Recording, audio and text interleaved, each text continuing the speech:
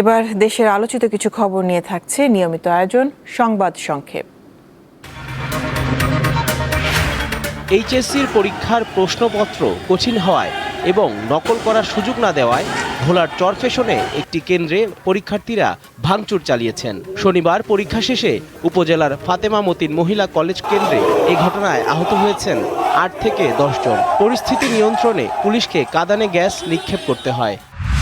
টানা ৫ দিন বন্ধ থাকার পর রবিবার থেকে চট্টগ্রাম কক্সবাজার রুটে ট্রেন চলাচল শুরু হচ্ছে।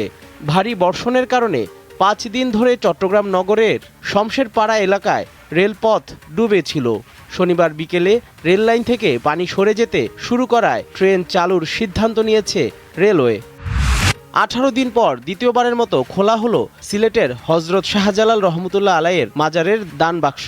শনিবার দান বাক্স থেকে ৪৭,১০,০০০ টাকা পাওয়া গেছে। পাশাপাশি পাওয়া গেছে বিভিন্ন দেশের মুদ্রা, সোনা ও রূপা।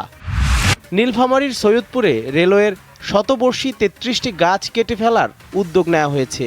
উপড়ে বা ভেঙে পড়ে যে কোনো সময় বড় ধরনের দুর্ঘটনার আশঙ্কায় গাছগুলো কাটার অনুমতি দিয়েছে বন বিভাগ। তবে এসব গাছের বদলে শহর জুড়ে ৫,০০০ গাছের চারা লাগানোর উদ্যোগ নিয়েছে রেলওয়ে কর্তৃপক্ষ। কক্সবাজারের টেকনাফে প্রায় ৩০০ ফুট উঁচু পাহাড় থেকে পড়ে একটি বন্য মা হাতি গুরুতর আহত হয়েছে। হাতিটির পেটের নিচে কেটে গেছে এবং পেছনের ২ পা ভেঙে গেছে। বন বিভাগের ধারণা, পাহাড়ে লতাপাতা খাওয়ার সময় হাতিটি পা পিছলে গভীর ঢালে পড়ে যায়। হাতিটিকে চিকিৎসা দেওয়া হয়েছে।